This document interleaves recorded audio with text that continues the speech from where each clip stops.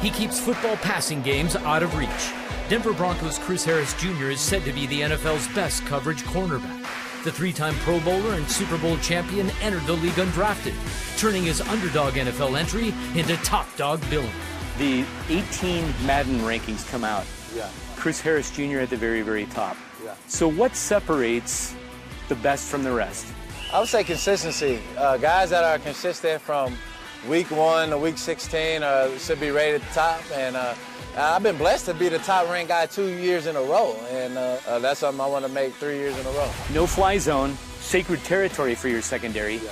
Take us there. What are you going through in those 4 quarters against your opponent? It's a lot of focus, a lot of everything that you prepare all week, waiting for that one play that you've been studying to come out there and make that play.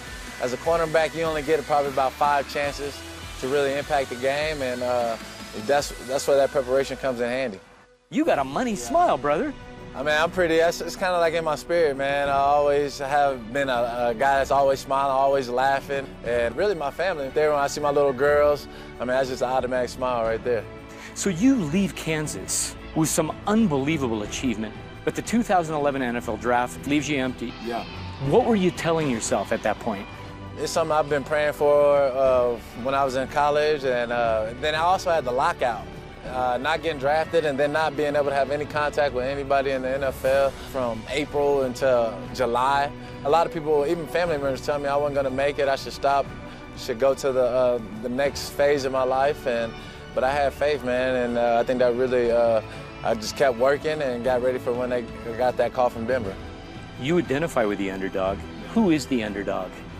I would say the underdog is a person that's at risk, a person that has a lot of big trials you have to overcome. I mean, that was my life, me coming from a single-parent home. I didn't have offers coming out of high school, so I had to really have faith and lean on Jesus for everything because nothing was given to me. I had to really work for everything. And I'm an underdog. I think Jesus made me be in that situation to be able to relate to more people, to get back to the at-risk kids.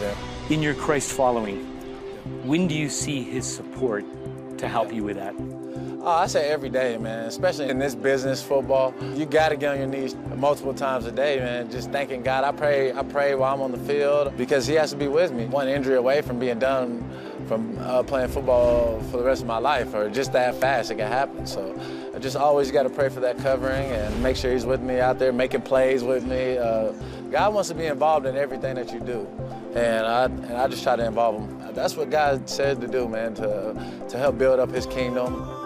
So with the success, the recognition, the NFL contracts that come with it, so many distractions for you, how do you keep your focus and commitment in following him? Me and my wife been on the same kind of routine since we got married, man. Just praying together in the morning, praying at night together. And I think having her, that support right there. Most guys in the NFL, sometimes they forget the bigger picture. And the bigger picture is always my kids. I always trying to make sure they grow up in the right home. I set the right example for them because I didn't always have my father there. So I just wanted to make sure that they grow up, see how marriage is supposed to be. And I think that's what really gives me motivation. Chris, compassion. How important is it for you to be a conduit from him to others? It's huge because you got to meet people where they are, and a lot of times these kids they're really low, and a lot of kids, it's hard to relate to some of these guys that always had a lot of things handed to them their whole life, and I just try to meet them where they are, and I think that's something that Jesus did with us.